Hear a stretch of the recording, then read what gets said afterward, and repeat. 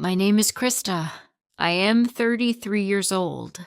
My mother sold me when I was 9 years old. Today, I am successful. But my life began with betrayal when I was born. My father looked at me with disappointment. He wanted a son. I was a daughter. That was my first mistake. My father drank every night. He shouted at my mother. He threw plates. He broke furniture. When I was 7 years old, he left us. He never looked back.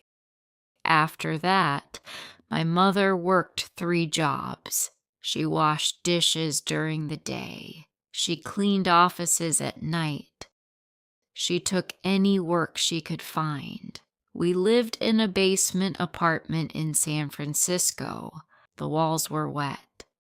Rats lived in the corners. At night, I covered my ears to block the noise. My mother was always tired.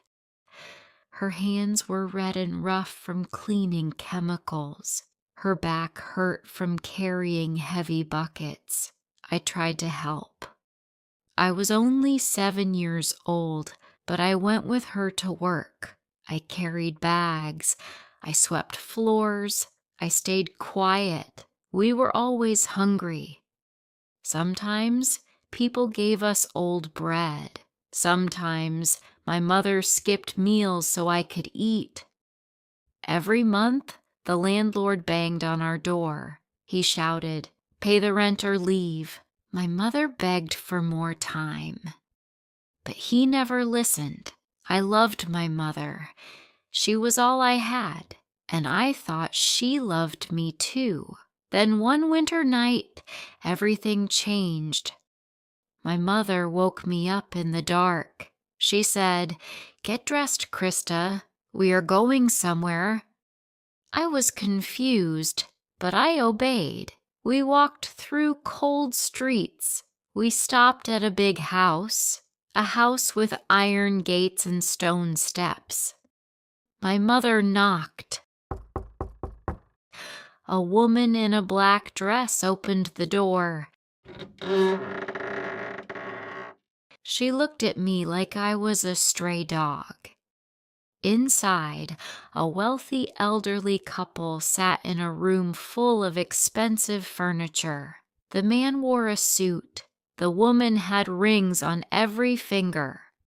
My mother pushed me forward. She said to them, "This is Krista. She is 9 years old. She is healthy. She can work."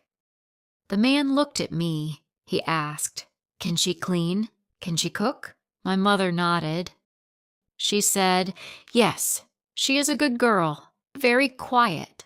Then the woman said, "We will give you $9,000. My heart stopped.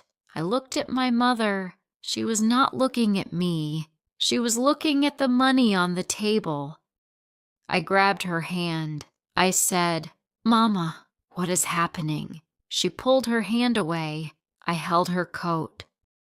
I said, "Mama, please, do not leave me." My mother pushed me to the floor. Then she said the words that killed my childhood.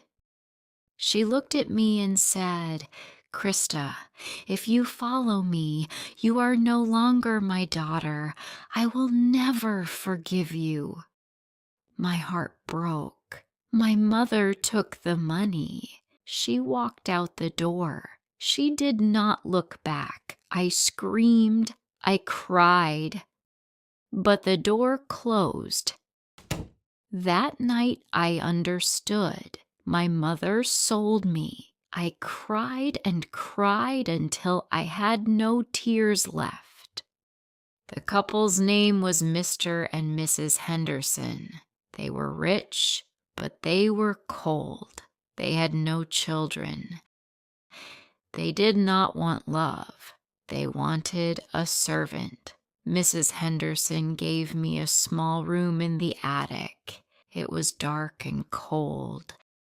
She gave me old clothes to wear. She gave me a list of chores.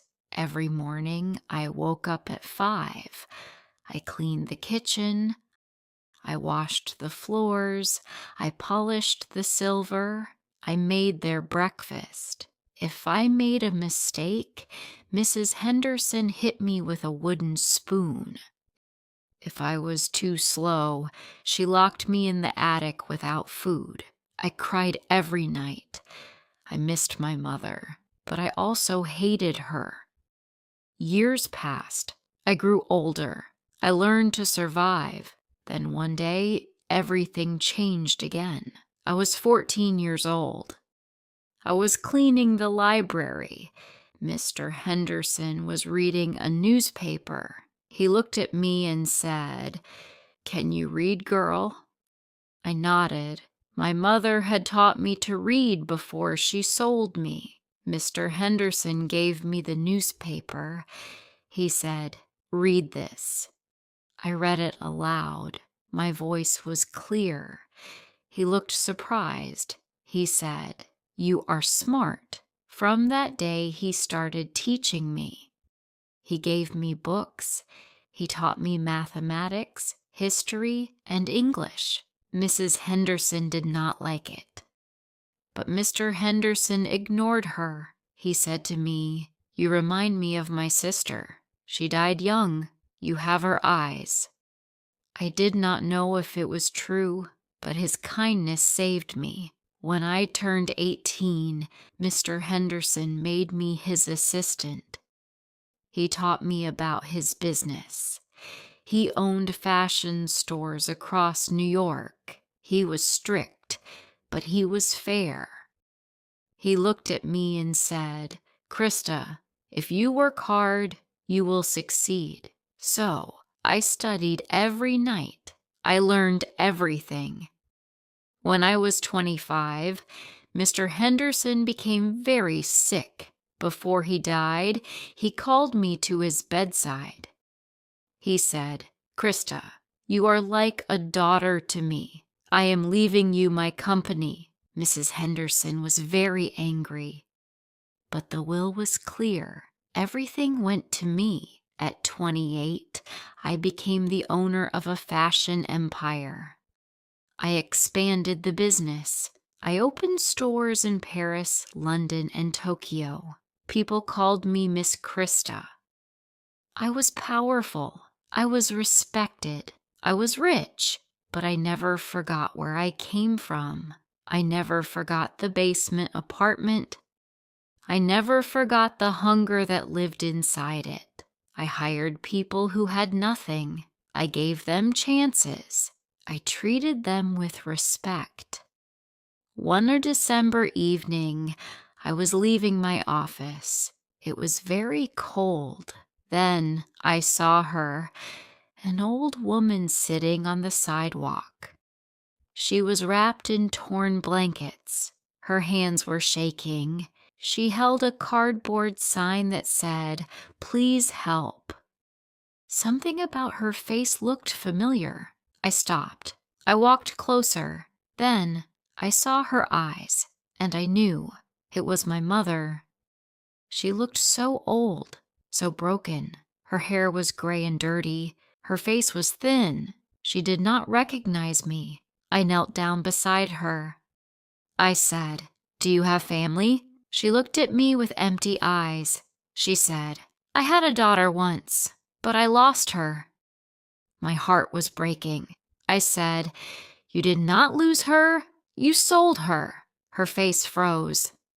Slowly, she looked at me. Her eyes widened with fear. She said, "Krista?"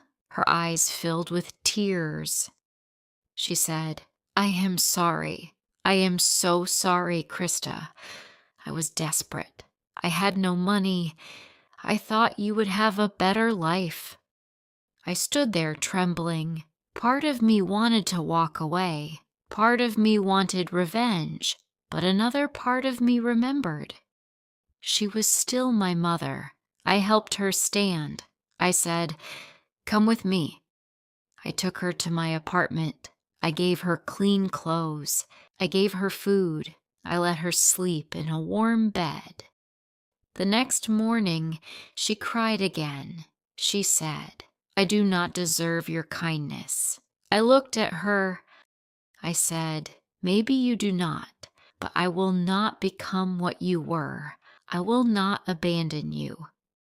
She lived with me after that. She was my mother again, not the mother who sold me, but the mother who needed me. A few months later, someone knocked on my door. It was an old man, thin, weak, gray hair. He said, "Krista, I am your father." I froze. My father? I had not seen him in 23 years. He had left us. He had caused all the pain. He fell to his knees. He said, "Please forgive me. I was a coward. I destroyed our family." I looked at him. I looked at my mother standing behind me. She was crying too. I took a deep breath. I said, "Come inside." Today I live with both of them, the mother who sold me, the father who left me. I did not forget what they did. My success is not my money. My success is not my business. My success is that my heart survived what should have destroyed it. If you liked this story, please like, comment, share, and subscribe.